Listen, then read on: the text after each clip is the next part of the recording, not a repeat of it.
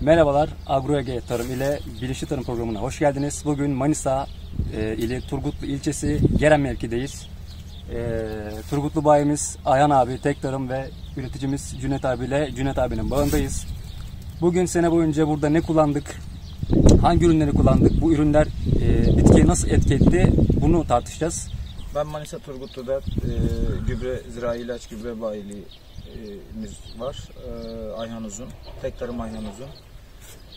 Bu arazinin bakımını yıllardır çiftçimiz Cüneyt abiyle birlikte yapıyoruz. Bu yıl şöyle farklı olarak bizim burada pH'imiz yaklaşık olarak 8,5 civarında pH problemi yaşıyoruz. Bunun için Agro-Ege firmasının sülfasitini kullandık ve sürgünlerde, patlamada, bitkinin gelişiminde ve buna bağlı olarak salkım adetimizde ve salkıma kalibre aldırmamızda gördüğünüz gibi bize çok fayda sağladı bu ürün. Zaten çiftçimiz Cüneyt abi de bunu size söyleyecektir. Önce şu sülfasitin içeriğini, içerisinde neler olduğunu ve ne gibi bir bitkiye yarar sağladığını söyleyeyim ben. Sülfasit içerisinde organik asitler barındıran nitrik asit, fosforik asit ve köklendirme hormonları, naftalin asitik asit, indolibütürik asit bulunduran bir pH düzenleyicidir. Toprak pH düzenleyici. Kilitli olan toprakları direkt anında çözer ve topraktaki mikro besin elementlerinin alımını kolaylaştırır ve bitkiyi yarışlı hale getirir. Öyle söyleyeyim. Cüneyt abi, sen bu ürünü kullandıktan önce ve kullandıktan sonra göz önünde bulundurduğunda nasıl bir fark var? Ne gibi farklarla karşılaştın, farklılıklarla karşılaştın? Bunlardan değinmek ister misin? Tabii yani biz yıllardır tek tarımla çalışıyoruz. Ayhan kardeşimle çalışıyoruz. Yani bu kalibre aldırmakta, işte bağın sürgünlerinde sorun yaşıyorduk.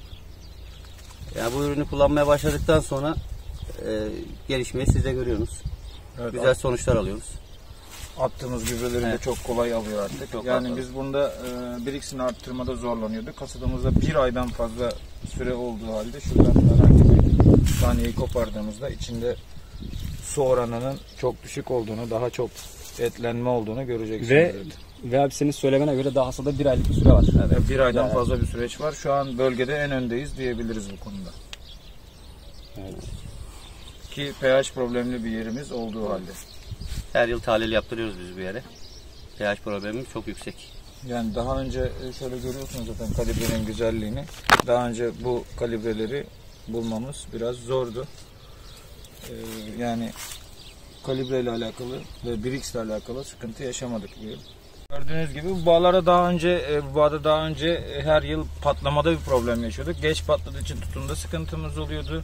Bu yıl bir patlama problemini çözdük. Zaten şu topraktaki kabarmayı da görebilirsiniz. Yani sülfasit ürün olarak başta çiftçilerin tabii ki bizim ihtiyacımızı fazlasıyla karşılayan bir ürün. Evet, Ayhan abiye teşekkür ediyoruz. Ayhan abi Turgutlu bölgesinde tek tarım olarak birçok türe hitap eden bir bayimiz. Sadece bağ değil, kirazından, biberinden, domatesinden, mısırına kadar her türlü danışmanını da kendisi veriyor. Kendisine buradan teşekkür ederiz. Cüneyt abi sana da teşekkür ederiz. biz teşekkür ederiz. Bu videonun altına teknik destek numaralarımızı bırakıyoruz. Danışmanlık hizmeti almak için o numaraları arayabilir. Ayhan abi tek tarım olarak tekrar sana teşekkür ediyoruz. Ben teşekkür ederim. İnşallah ilerleyen yıllarda da bu işbirliğimiz devam eder. Turgutlu bölgesinde Ayhan abi eğer uğruyorsanız bu bölgeye hitap ediyorsanız, bu bölgede yaşıyorsanız tekrar mutlaka uğrayın. Her türlü yardımcı olacaktır. Cüneyt abi sana teşekkür ederiz. Biz teşekkür ederiz. Bağını bize açtın. Biz teşekkür ederiz. Çiftçilerimize son bir demek istediğim şey var mı? Bir önerin. Bu ürünü kullansınlar. Güzel bir ürün, kullansınlar. Teşekkür ederiz. Her zaman söylüyoruz, doğru zaman, doğru uygulama, doğru gübreleme. Çiftçimizin mutluluğu bizim gururumuzdur. Esenlikle kalın, iyi günler.